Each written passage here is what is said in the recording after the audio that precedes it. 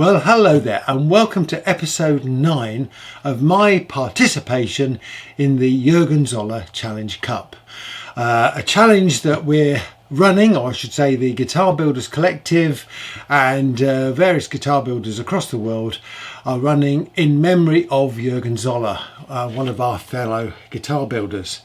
Now, Jurgen, like me, was probably a guitar builder, sort of building guitars on his own, until Ben Crow at Crimson Guitars came up with the Great Guitar Build-Off must be about 4 years ago now. And well, that was a fantastic competition and a fantastic sort of festival of guitar building, which has brought a lot of guitar builders together. And I am so grateful now for the opportunity to sort of speak with other guitar builders and see what they're doing, watch their videos. It's been absolutely fantastic. And I'd just like to say I wish everyone who's in the Great Guitar Build-Off this year all the best of luck. It's a fantastic competition.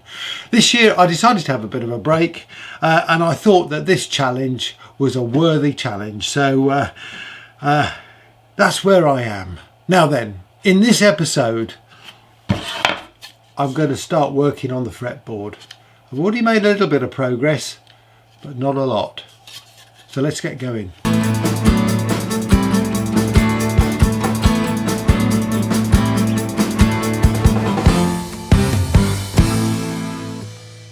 Now, I grabbed an hour in the workshop yesterday and I've shaped this fretboard. And I've taken it narrower than it needs to be because I want to put a binding on the edge. And I've got this piece of ash, which is actually a strip that I cut off the piece that's on the front now. And it's probably a couple of millimeters thick. But I'm also going to use this binding again, these veneers, sorry again. So obviously the silver will be against the rosewood here. This is Brazilian Santos rosewood, Brazilian rosewood I believe it's called. It's not on the endangered list, I understand. So this is going to be something like this. And so he's trying to fumble his way to get these together. And I think that's going to look quite nice on the edge of this fretboard. And it'll widen it out to the required width. But before I do that, I need to cut the slots in this. I just need to get my trusty fret slotting jig down. Here it is. Now, the principle of this is fairly simple. I attach the fretboard onto this movable block in the middle, and here I've got a scale with some holes drilled in it, and underneath this block is a little nail that just sticks into the holes there and sort of registers, and then I just slice it here with a saw. So first things first, I need to attach this fretboard to the middle piece. I'm going to do that with some masking tape and some double-sided tape.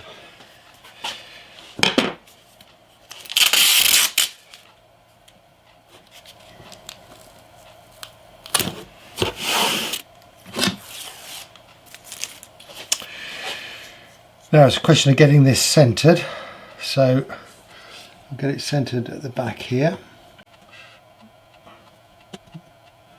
Like so,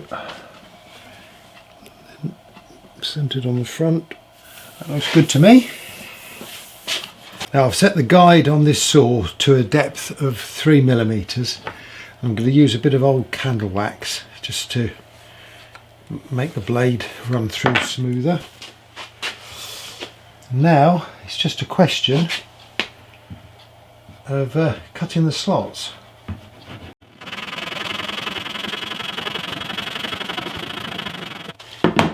That's one done. So now I slide it up until the pin registers in the next hole. Press it down and cut another slot.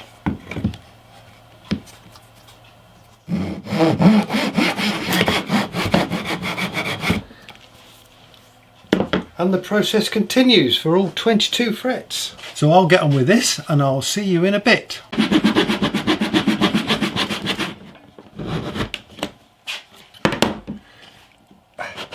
done. Now I do have a slight problem with this fretboard, and unfortunately it's unavoidable. I wanted to use this piece of wood, but it wasn't quite wide enough at the end here. And so what I've got is from this fret 21 here, just after that, you see it dives in a little on this side. And I've been thinking about this. I mean, very rarely do we go up that far on a bass guitar anyway. And it's only very slight. And I'm just wondering whether the best thing to do is to take that across to about there, and just to take this side in too, so the two sides actually match. So I'm going to sketch round the end of the fretboard here with a pencil. And cut this out. Okay, so that's that way round. Now then, if I flip this, I should be able to get an idea of where it needs to cut in. And it really is just on the edge there.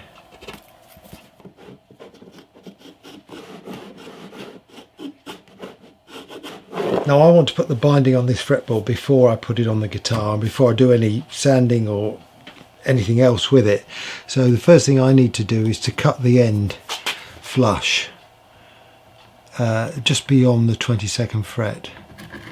So yeah, in hindsight it would have been better to do it in the fretting jig, but failing that, I'm going to do it with a line.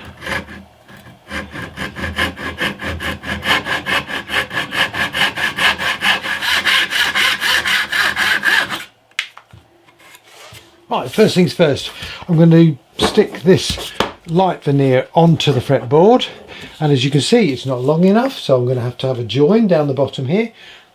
Well, we're just going to have a join. Now I'm running out of this, and I'm certainly running out of the walnut there, so I'm going to have to cut it really thin. We've got a 6mm fretboard, so 6mm it is.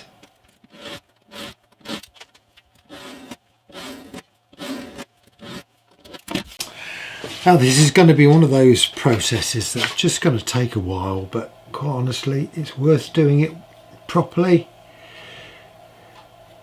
and not rushing it. So question of gluing each strip on, letting it set, and then sticking the next one on.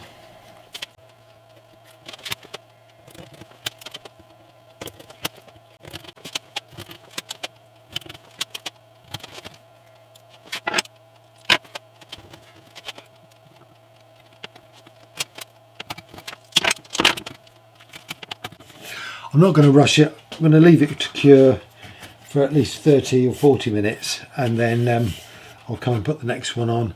I'm going to do one side at a time. I want to make sure I get this right.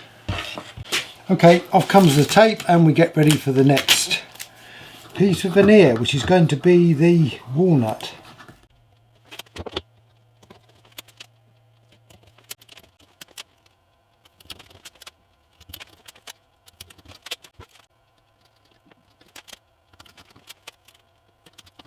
I'll tell you what, I've just sanded the top down, and it's absolutely marvellous what a bit of dust and glue will do. Look at that.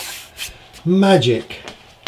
Well, I've got network going on down this end of the bench. Now, this end of the bench, I'm going to concentrate on dealing with the top, and what I want to do is to put a sound hole in this guitar, just a single sound hole, and I think I'd like to base it on the sound hole that I did on the Kingfisher guitar, this one here. So let's have a look what we can do. I sort of like the idea of the top of the sound hole following the curve of the outside of the guitar. So, or the top edge I should say of the guitar. So let's draw a line in there like that. Okay. I don't want it quite as long as I've got it on the Kingfisher guitar, but let's just see what we've got. So if we've got a 16mm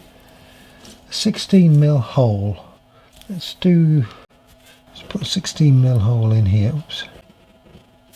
Going down to something like it goes down to about 3mm. So let's go down to, let's say, a 4mm. We'll take it to there.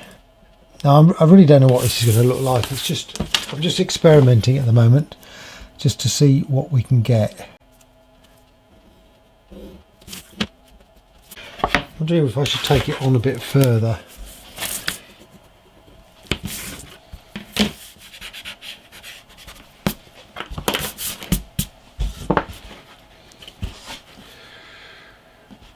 I sort of like that, you know.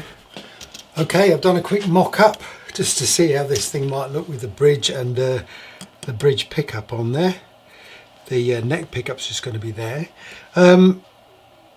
Yeah, so what I've done, I've drawn a line right down through the back of the bridge there and put the knob in line with the start of the sound hole there, and then I've got the other knob dropping down a little bit to reflect that going up that way. This is going down this way. Obviously it's a slightly different shape on the bottom of the guitar, but I think it sort of looks about right.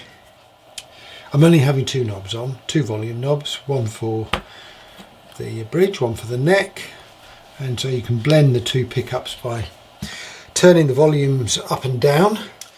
Yeah, I don't think it looks too bad. What I'm going to do is cut this out of the template so I've got something to work to.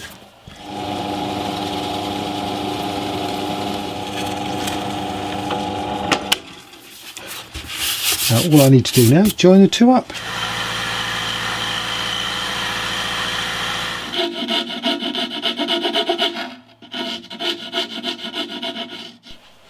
Well, I surprised myself then. I managed to cut that out pretty good just with the scroll saw. I've done a bit of filing, but not a lot. Yeah, I think that looks pretty good. Well, okay, it's a new day. After the success in cutting that out last night, I think I'm going to have a go at cutting it out of the top. Now, I did have a look online last night at jazz basses just to make sure that I was sort of in the ballpark. I mean, this is not really like a Fender jazz bass. This is a, yeah, this is a modification of a jazz bass, obviously. But I wanted to try and get this general sort of theme, and the only thing I noticed that was different was the way the buttons are positioned. So on a jazz bass they come up from the corner there and you get a whole line of them, but of course you also have a plastic plate here, which I won't be having on this guitar. So to be perfectly honest with you, I think I'm happy with the way it's going. I'm going to get the scroll saw out and let's cut this slot out. Okay, I've marked it with a pencil. I've also marked the centres of the holes, and so I've got a 16mm forcing a bit there. Let's do that hole first.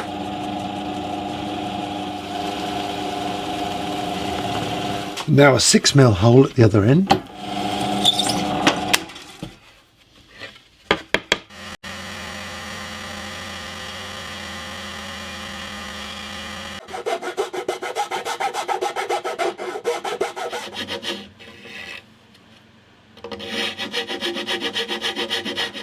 Spent the last few minutes bending a bit of veneer. I'm going to attempt to line this hole with veneer. Not sure this is going to work, but I'm going to give it a go.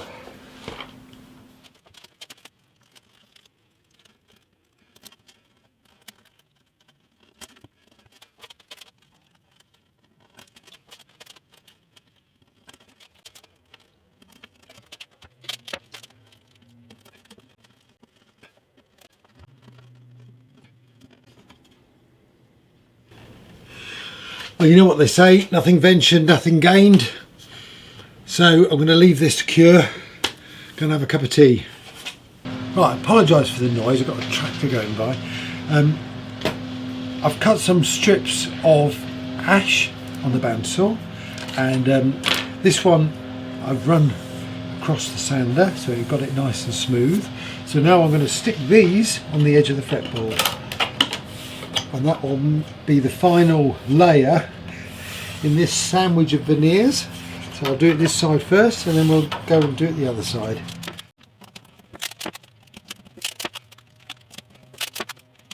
I've lined this sound hole with this grey or silver maple.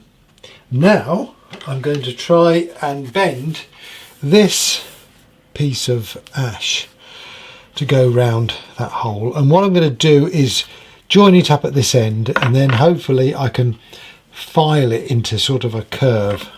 It's not going to be perfect, but we'll have a go.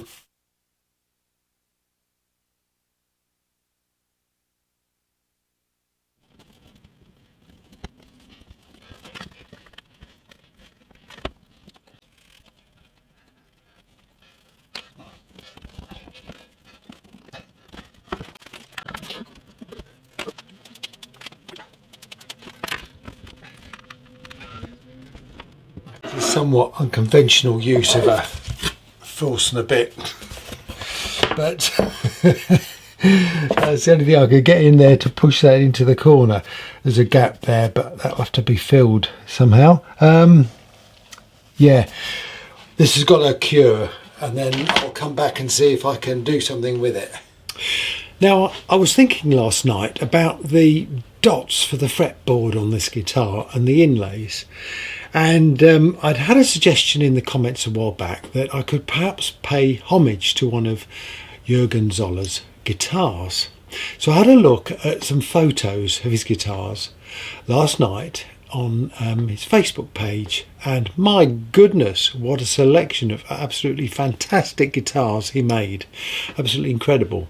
And I came across one which had got dots on the fretboard which looks like were made from hollow brass rod filled with something like mother of pearl or something like that.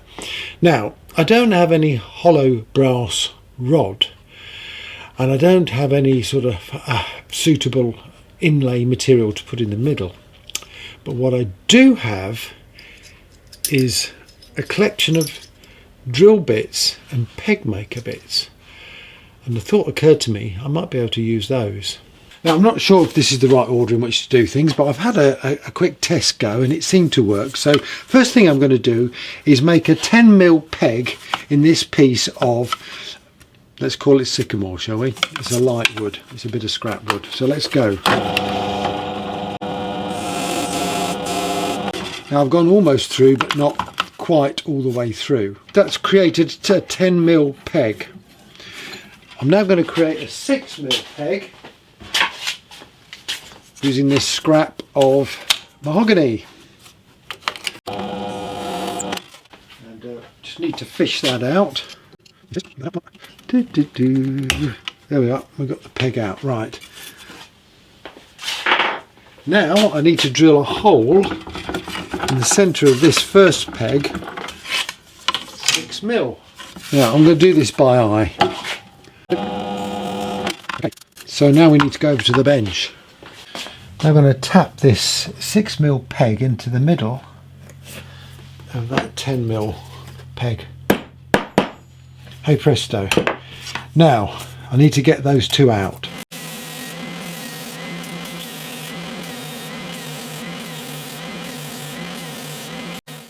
With a bit of luck this should just pop out. There we have it. Now then, I'm going to put this 9.9mm bit, which is a bit that my late father-in-law had in his garage, really precise, and I'm going to drill into this piece of scrap rosewood.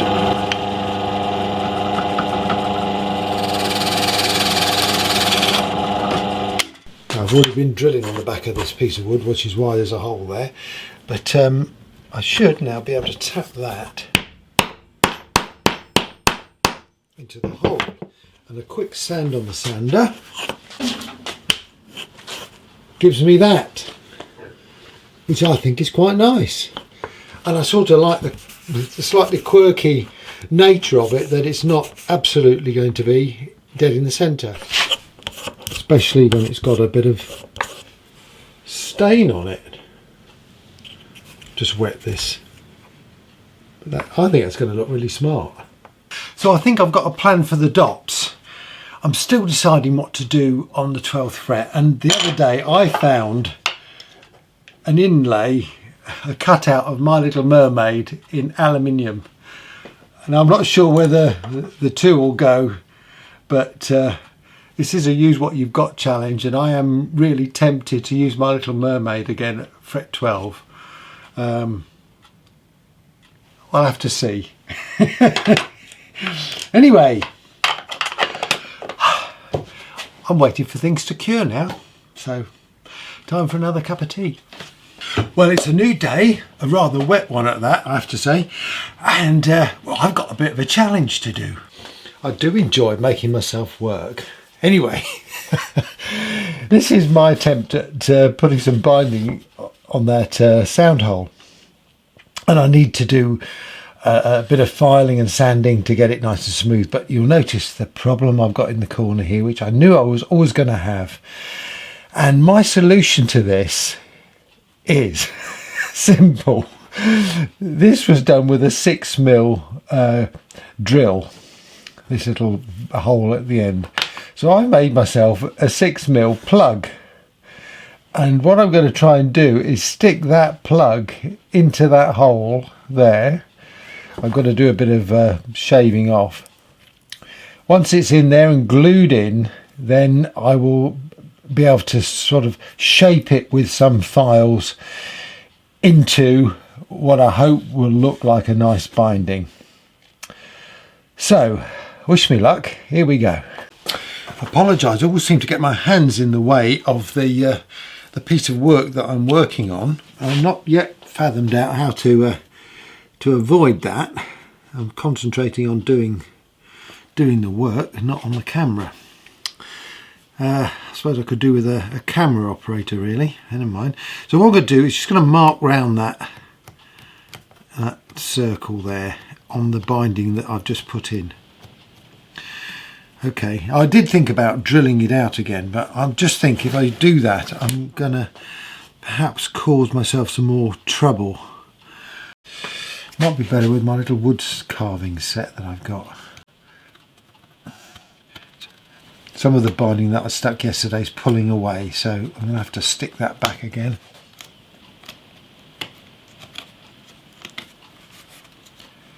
I've made myself a little wedge here just to push that against the side, because it's come unstuck a little.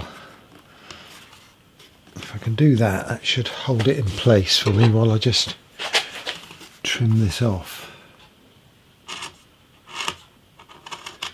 This one's better at that. Yes.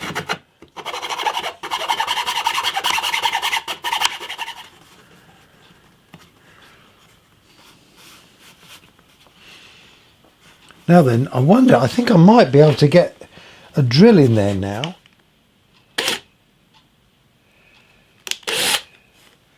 Splitting the wood, so I'm going to reverse the drill.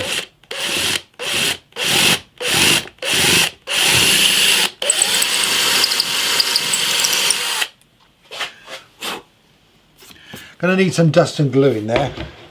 Now the back of this is a real dog's dinner. Look at it, what a terrible mess that is there.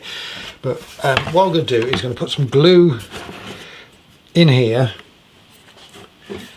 and then I'm going to put that little peg in, that little dowel in, and let it set, and then we're going to sand this down and see what we can do to rescue it.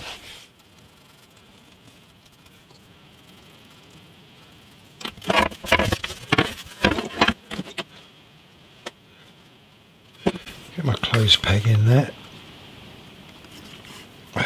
put that there and just tap it down.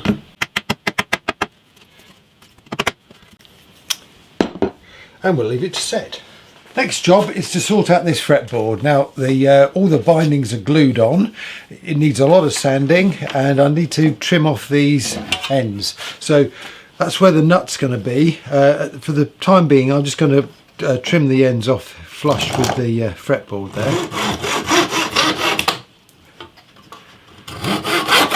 because I will cut it all off at the nut. At the other end I just want to leave a little bit because I want to put some binding across the end, so I'm not going to trim it right down at this stage.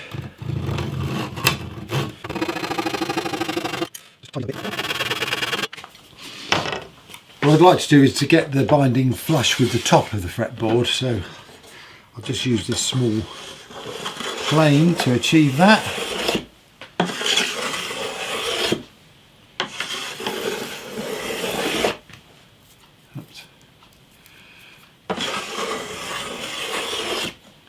There'll be plenty more sanding to do, but I've got it fairly smooth on the back and I've taken it down a lot on the front. Obviously this has got to be radiused, but before I do any of that I'd like to get some binding on the end here, so that's my next job.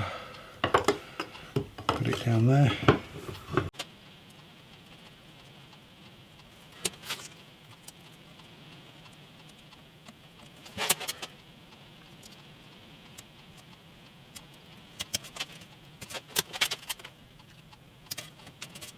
While that's curing, I'm going to manufacture some of these dots.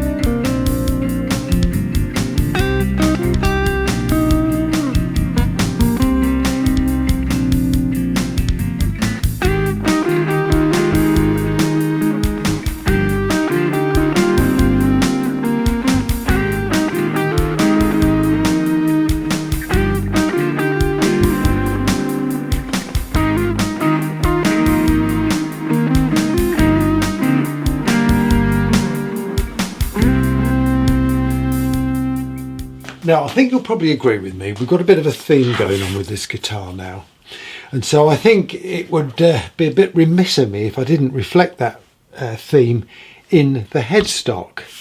So I've been thinking about this. Now this isn't the actual fretboard, but it's a similar coloured wood. If I was to sort of recreate what's on the body there, on the back here, then it would mean me having dark wood against dark wood, and I don't think that would work particularly well. It did occur to me is, what if I put some ash there? I'll need to find a bit that's big enough, or make myself a piece, and then end it with a piece of mahogany, and I think that would work. It'll sort of reflect what's on the body. All I need to do now is find a piece of ash that's wide enough. Of course, given that I've already got a nice thin piece of wood, why don't I just stick two pieces of this together? I think that's what I'm going to do.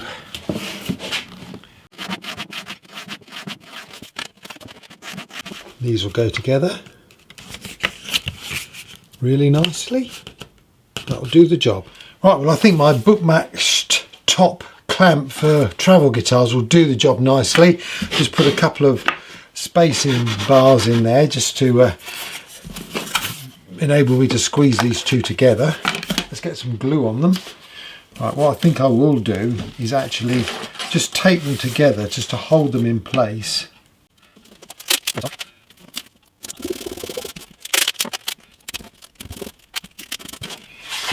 Now I'll slide that into there. Put the centre clamps down.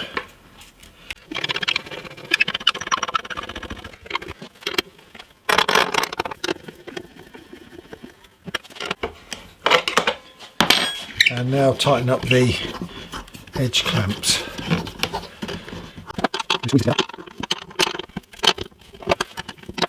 I've been playing around with some shapes and I've come up with this, so that this section here will be the ash and this section here will be the mahogany, and I have cut this piece of mahogany down on the bandsaw to about 2mm thick, so that it matches the ash that is now gluing together.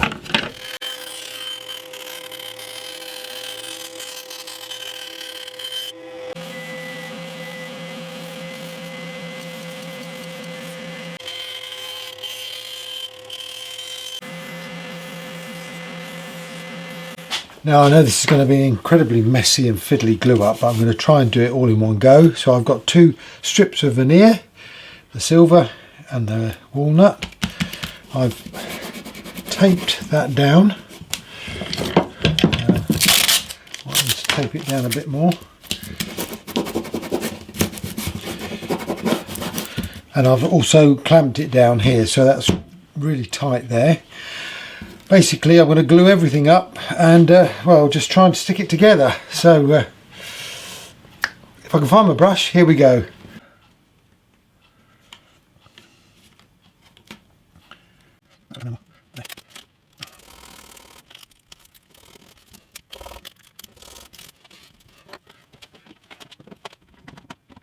And with that, I'm going to call it a day for this video. So, leave you on a bit of a cliffhanger.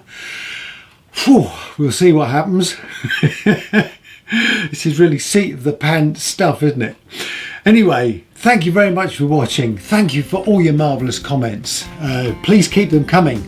And, well, please stay with this series. And in the meantime, stay safe. I'll see you soon. Cheers.